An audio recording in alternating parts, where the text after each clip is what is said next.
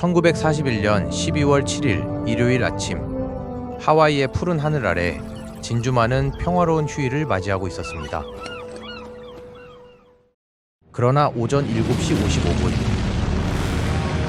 푸른 하늘을 찢는 굉음과 함께 그 평화는 단 2시간 만에 산산조각 납니다.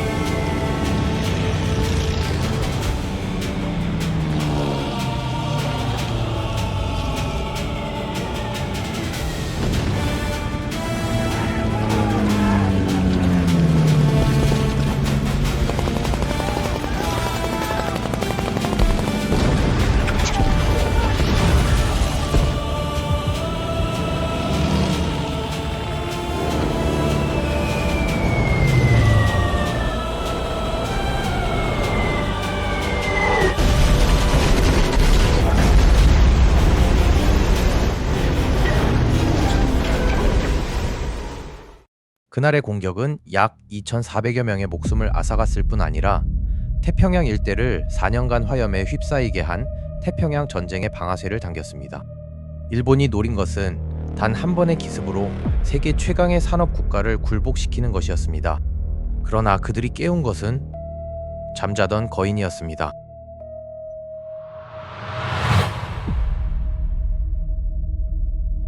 이야기는 1937년 일본이 중국 본토를 침공하며 시작된 중일 전쟁으로 거슬러 올라갑니다. 일본은 단기간에 중국을 굴복시키려 했지만 전쟁은 끝이 보이지 않는 수렁으로 변해갔습니다. 막대한 자원과 인력이 매일같이 소모됐고 일본 경제는 서서히 한계에 다다르고 있었습니다. 부족한 자원을 어디서 채울 것인가? 일본이 눈을 돌린 곳은 동남아시아였습니다. 1940년부터 1941년에 걸쳐 일본군은 프랑스가 독일에 항복한 틈을 타 프랑스령 인도차이나 지금의 베트남 일대로 진주합니다. 노골적인 남방 진출의 신호탄이었습니다. 미국은 이를 좌시하지 않았습니다. 일본의 남방 진출은 미국의 식민지 필리핀과 동맹국 영국, 네덜란드의 동남아시아 식민지에 대한 직접적 위협이었기 때문입니다. 1940년 9월 미국은 일본에 대한 고철 수출을 금지했습니다. 그리고 1941년 7월과 8월 결정타가 떨어집니다. 미국 내 일본 자산을 전면 동결하고 사실상의 석유 금수 조치를 단행한 것입니다. 영국과 네덜란드도 이에 동참했습니다. 이른바 ABCD 포위망, 즉 미국, 영국, 중국, 네덜란드 네 나라가 일본의 숨통을 옥죄는 봉쇄망이 완성된 것입니다. 당시 일본의 석유 비축량은 평시 기준 약 2년, 전시 기준으로는 1년 남짓에 불과한 치명적 수준이었습니다. 일본 제국이 보유한 함대도, 전차도, 항공기도 석유가 없으면 단 한 발짝도 움직일 수 없었습니다. 일본 앞에는 두 가지 선택지만 남았습니다. 하나는 중국에서 굴욕적으로 철수하는 길, 다른 하나는 자원이 풍부한 동남아시아, 특히 네덜란드령 동인도, 지금의 인도네시아를 침공하는 길이었습니다. 그러나 두 번째 길에는 거대한 장애물이 있었습니다. 바로 필리핀에 주둔한 미 태평양 함대였습니다. 남방으로 진출하는 한 미국과의 전면전은 피할 수 없는 운명이었습니다. 1941년 10월 강경파 도조 히데키가 총리에 취임하면서 일본의 방향은 결정됩니다. 굴복 대신 전쟁. 그것은 ABCD 포위망을 정면 돌파하기 위한 극단적이고도 무모한 선택이었습니다. 그리고 이 결정은 곧 전 세계를 화염에 휩싸이게 할 거대한 폭풍의 서막이었습니다.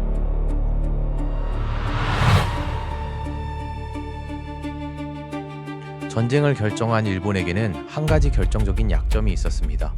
바로 미국과의 국력 차이였습니다. 1941년 당시 미국의 산업 생산력은 일본의 약 10배에 달했고 강철 생산량은 12배, 자동차 생산량은 100배가 넘었습니다. 누구보다 이 격차를 잘 알고 있던 인물이 있었습니다. 일본 연합함대 사령장관 야마모토 이소로쿠였습니다. 미국 하버드 대학에서 유학하고 주미 일본 대사관 무관까지 지낸 야마모토는 미국의 진짜 실력을 두 눈으로 보고 온 사람이었습니다. 그는 일찍이 이렇게 말했습니다. 처음 6개월에서 1년은 마음껏 날뛰겠지만 그 이유는 자신할 수 없다. 장기전으로는 절대 미국을 이길 수 없다. 그렇다면 길은 단 하나.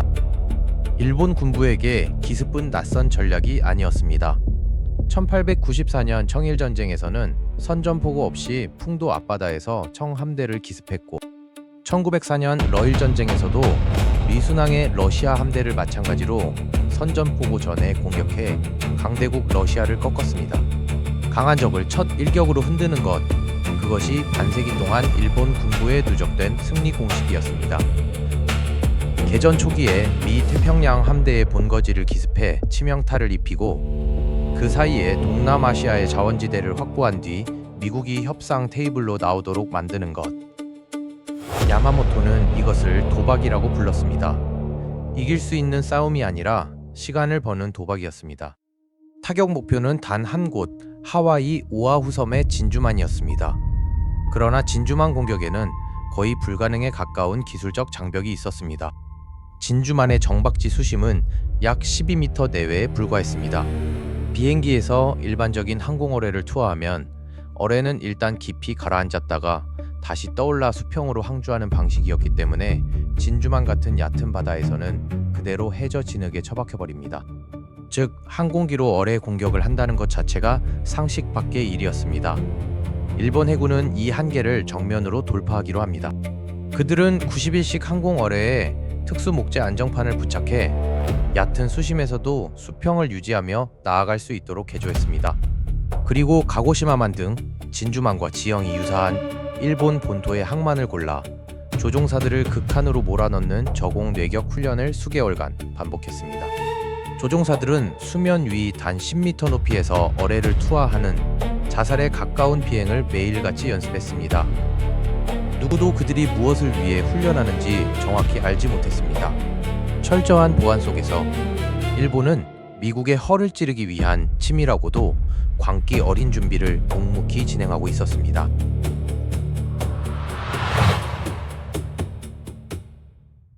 (1941년 11월 26일) 쿠릴 열도 남부 에토로후 섬의 히토카프만에서 거대한 함대가 조용히 닻을 올렸습니다. 나구모 주이치 중장이 이끄는 제1항공함대 통칭기동부대였습니다. 항공모함 6척, 함재기 약 400여 대, 그리고 이를 호위하는 전함과 순양함, 구축함, 잠수함까지 일본이 보유한 최정예 항공 전력이 한자리에 결집한 인류 역사상 유례없는 항공모함 기동함대였습니다. 이들이 향한 곳은 하와이. 그러나 일반적인 항로로 가면 미군 정찰망에 발각될 수밖에 없었습니다. 그래서 기동부대가 선택한 길은 상선조차 다니지 않는 거칠고 험난한 북태평양 항로였습니다. 한겨울의 북태평양은 살을 내는 추위와 거센 폭풍이 휘몰아치는 죽음의 바다였습니다. 그러나 그것이 곧 미국의 눈을 피할 수 있는 유일한 길이기도 했습니다. 항해 내내 함대는 철저한 무선 침묵을 유지했습니다. 라디오 송신은 일체 금지됐고 함선에서 발생하는 쓰레기조차 바다에 버리지 않았습니다. 한 조각의 단서도 남기지 않겠다는 거의 광적인 보안 의식이었습니다. 같은 시간 지구 반대편 워싱턴에서는 또 하나의 운명적인 사건이 일어나고 있었습니다. 11월 26일 미 국무장관 코델 헐이 일본 측 대표에게 한 통의 문서를 전달합니다. 훗날 헐 노트로 불리게 되는 이 문서에는 강경한 요구가 담겨 있었습니다. 중국과 프랑스령 인도차이나에서 모든 일본군의 즉각 철수, 장제스의 국민정부 외에 어떤 정권도 인정하지 말 것, 그리고 독일, 이탈리아와 맺은 삼국 동맹을 사실상 무효화할 것. 일본은 이를 사실상의 최후 통첩으로 받아들였습니다. 하지만 한 가지 짚어야 할 사실이 있습니다. 일본 기동부대가 출항한 것과 헐 노트가 전달된 것은 같은 11월 26일이었지만 헐 노트 때문에 함대가 출항한 것은 아니었습니다. 이미 일본은 그 이전부터 개전을 결정해 놓은 상태였고 헐 노트는 그 결정에 명분을 더해준 사건에 가까웠습니다. 12월 2일 도쿄로부터 기동부대의 짧은 암호 전문이 하달됩니다. 니타카야마 노골의 1208. 니타카야마는 당시 일본령 대만에 있던 위산을 일본식으로 부른 이름으로 당시 일본 영토 내 최고봉이었습니다. 니타카야마에 오르라는 곳 12월 8일을 기해 진주만을 기습 공격하라는 최종 명령이었습니다. 하와이 시간으로는 12월 7일, 일본의 함대는 차가운 파도를 가르며 죽음의 카운트다운을 시작했습니다.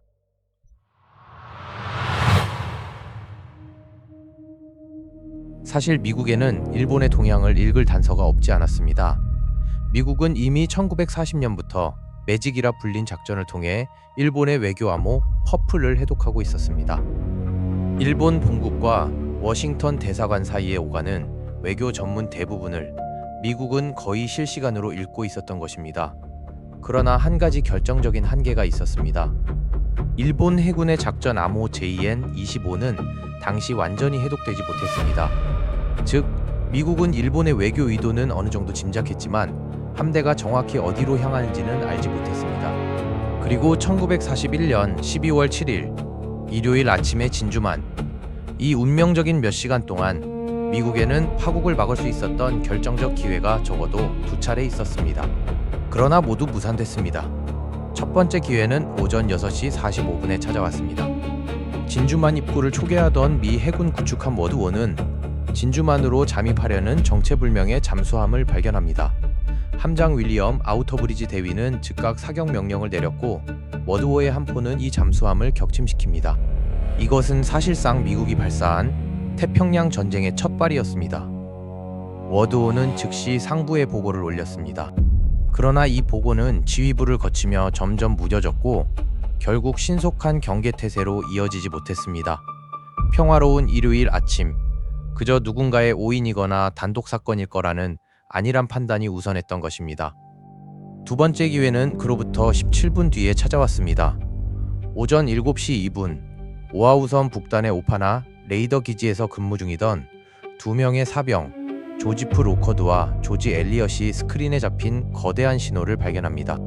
북쪽 약 132마일, 약 210여 킬로미터 해상에서 무언가 거대한 무리가 진주만 쪽으로 접근하고 있었습니다. 두 사병이 한 번도 본 적이 없는 크기의 신호였습니다.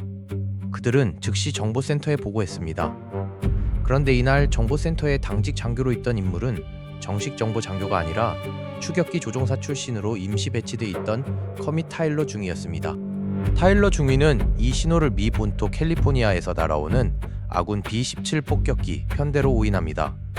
그날 아침 본토에서 폭격기 편대가 하와이로 이동해 온다는 사실을 그는 알고 있었기 때문이었습니다. 그가 두 사병에게 한 답변은 짧았습니다. 신경 쓰지 말라. 이 한마디로 미국이 파국을 막을 수 있었던 마지막 기회는 사라졌습니다. 한편 그 시각 워싱턴의 일본 대사관에서는 또 하나의 비극이 벌어지고 있었습니다. 일본 본국은 미국과의 외교 교섭 단절을 통보하는 14개 항의 긴 외교 문서를 보냈고 이를 공격 30분 전에 미 국무부에 전달하라고 지시했습니다. 그러나 대사관 직원들은 이 문서를 해독하고 영어로 타이핑하는데 너무 많은 시간을 허비했습니다. 아이러니하게도 매직 작전을 통해 미국 정부는 이 14개 항의 통보문을 일본 대사관보다 먼저 해독해 읽고 있었습니다. 그러나 그것이 정확히 언제, 어디서, 어떤 형태의 공격으로 이어질지는 그 문서만으로 알 수 없었습니다. 결국 통보문은 공격이 이미 시작된 한참 뒤에야 미 국무부에 정식 전달됩니다. 일본은 공격 전 통보라는 최소한의 외교적 형식조차 지키지 못한 채 선전포고 없는 비겁한 기습이라는 오명을 자초하고 말았습니다. 이는 훗날 미국 여론을 폭발시키는 결정적 도화선이 됩니다. 정보는 있었습니다. 신호도 있었습니다. 그러나 그 정보가 의미하는 바를 종합하고 판단하고 행동으로 옮기는 시스템은 어디에도 없었습니다. 평화로운 주말 아침의 안일함과 수차례 겹친 불운, 그리고 결정적 오판, 이 모든 것이 맞물리면서 진주만은 무방비 상태로 적의 칼날 앞에 서게 되었습니다.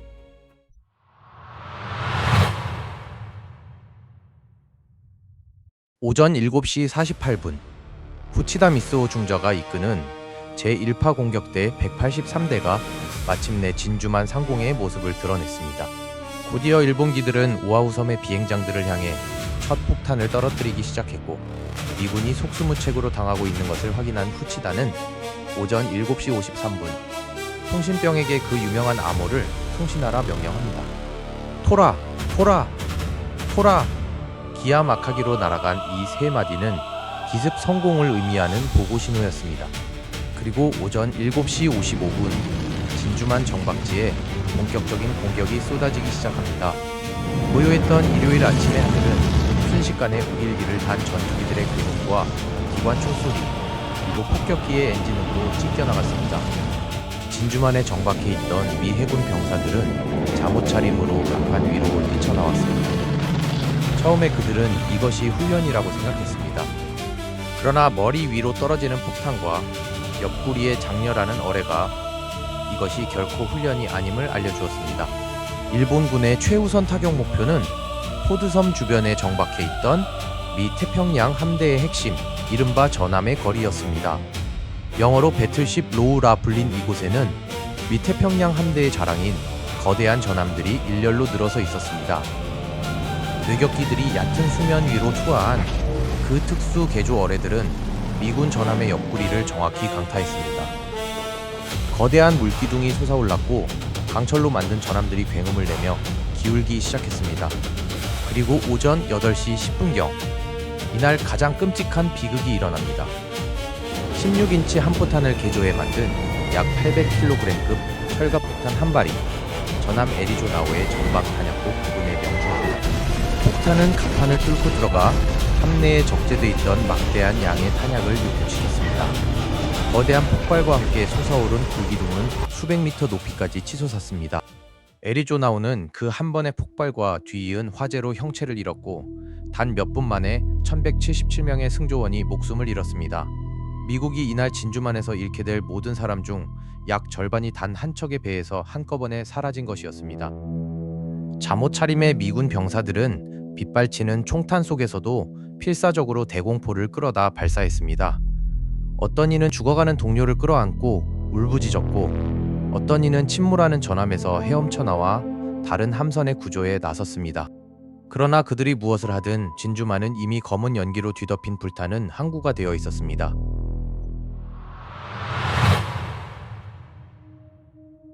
오전 8시 50분경 시마자키 시게카즈 소자가 이끄는 제2파 공격대 171대가 진주만에 들이닥칩니다. 진주만은 다시 한번 불바다가 됐습니다. 그러나 이번에는 상황이 조금 달랐습니다. 첫 공격으로 정신을 차린 미군이 대공포화를 거세게 쏟아내기 시작했습니다. 제2파 공격대는 제1파보다 더 많은 피해를 입었고 일본군은 이 두 차례 공격에서 총 29대의 항공기를 잃었으며 인명피해는 조종사와 승무원, 특수자망정 승조원을 포함해 약 60여 명에 달했습니다. 두 차례의 공격이 끝났을 때 진주만의 모습은 처참했습니다. 미 태평양 함대의 자랑이었던 전함 8척이 모두 피해를 입었고 그중 애리조나호와 오클라호마호는 영구히 상실되었습니다. 나머지 전함들은 큰 손상을 입었지만 훗날 인양과 수리를 거쳐 다수가 다시 전선으로 돌아오게 됩니다. 항공기는 188대가 파괴되고 159대가 손상됐습니다. 단 2시간이 채 안 되는 시간에 벌어진 압도적인 전과였습니다. 공격을 마치고 항공모함으로 귀환한 후치다 미스오 중저의 머릿속에는 한 가지 생각뿐이었습니다. 마무리. 그는 사령부에 강력히 건의했습니다. 제3파 공격을 보내 진주만의 유류 저장소와 해군 공창, 잠수함 기지를 완전히 파괴해야 한다고. 이것들을 그대로 두면 진주만은 다시 살아날 것이라고. 그러나 기동부대 사령관 나구모 주이치 중장의 판단은 달랐습니다. 그의 머릿속에는 단 하나의 두려움이 자리 잡고 있었습니다. 진주만에 없었던 미 항공모함. 그날 진주만에는 미 태평양 함대의 항공모함 3척, 엔터프라이즈와 렉싱턴, 세러토가가 모두 자리를 비우고 있었습니다. 엔터프라이즈는 웨이크 섬으로 항공기를 수송 중이었고 렉싱턴은 미드웨이로 향하던 길이었으며 세러토가는 미 본토에서 정비 중이었습니다. 이 항공모함들이 지금 어디 있는가? 혹시 우리 기동부대 근처에 숨어 있는 것은 아닌가? 만약 저들이 갑자기 나타나 반격해 온다면 이 귀중한 6척의 항공모함이 위험에 빠진다. 나구모는 이 위험을 감수할 수 없었습니다. 결국 그는 예정된 목표를 달성했다고 판단하고 함대 보존을 위해 제3파 공격을 취소합니다. 기동부대는 그날 오후 일본으로 뱃머리를 돌렸습니다. 후치다는 갑판에서 멀어지는 진주만을 바라보며 깊은 한숨을 내쉬었다고 합니다. 이 소극적인 결정의 대가는 너무나 컸습니다. 약 400만 배럴 이상으로 추정되는 막대한 양의 연료가 그대로 남았고 함선을 수리할 핵심 공창도 잠수함 기지도 무사했습니다. 그리고 무엇보다 미 항공모함 전력이 그대로 살아남았습니다. 진주만은 부서졌지만 죽지는 않았습니다. 그리고 이 살아남은 자산이 훗날 태평양 함대가 기적적으로 부활하는 결정적 발판이 됩니다.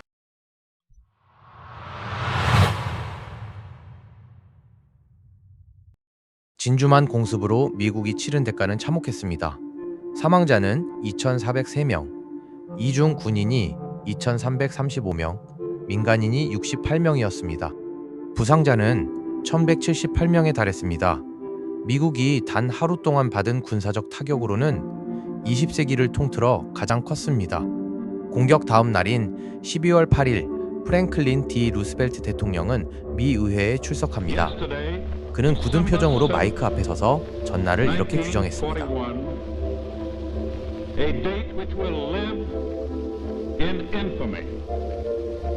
The United States of America was suddenly and deliberately attacked by naval and air forces of the Empire of Japan. 치욕의 날. 이 짧은 연설은 미국 역사상 가장 강력한 연설 중 하나로 남았습니다. 이 한 번의 기습으로 미국은 완전히 바뀌었습니다. 그동안 유럽 전쟁 개입을 꺼리며 고립주의에 머물러 있던 미국 여론은 이 비겁한 기습 공격의 격분에 하루아침에 하나로 뭉쳤습니다. 같은 날 미 의회는 일본에 대한 선전포고를 표결에 붙였습니다. 결과는 사실상 만장일치였습니다. 단 한 표의 반대표가 있었는데 그 주인공은 미국 최초의 여성 하원의원이자 평화주의자였던 제닛 랭킨 의원이었습니다. 그녀는 1차 대전 참전 결의 때도 반대표를 던진 인물이었지만 그때는 함께 반대한 동료가 여럿 있었습니다. 그러나 이번엔 달랐습니다. 일본에 대한 전쟁을 결의한 그 표결에서 끝까지 다른 길을 말한 사람은 그녀 단 한 명뿐이었습니다. 일본은 진주만에서 전술적 대승을 거두었습니다. 단 2시간 만에 미 태평양 함대의 핵심을 무력화시켰고 약 350대의 함재기로 약 3,600여 명의 인명피해와 함선 18척에 손상을 입혔습니다. 군사사적으로 이만큼 효율적인 작전은 손에 꼽을 정도였습니다. 그러나 그들은 알지 못했습니다. 자신들이 깨운 것이 무엇인지를. 거인은 천천히, 그러나 무겁게 몸을 일으켰습니다. 미국 전역의 공장은 자동차 대신 전차와 항공기를 쏟아내기 시작했고 조선소는 2달에 한 척꼴로 새 항공모함을 진수하게 됩니다. 그리고 진주만에서 운명적으로 자리를 비웠던 그 항공모함들 엔터프라이즈와 렉싱턴, 세로토가는 이제 차가운 태평양 위에서 복수의 기회를 기다리고 있었습니다.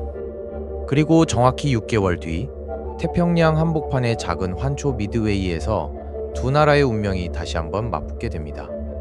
야마모토 이소로쿠가 스스로 그었던 시한 6개월에서 1년은 과연 그의 예언대로 흘러갔을까요?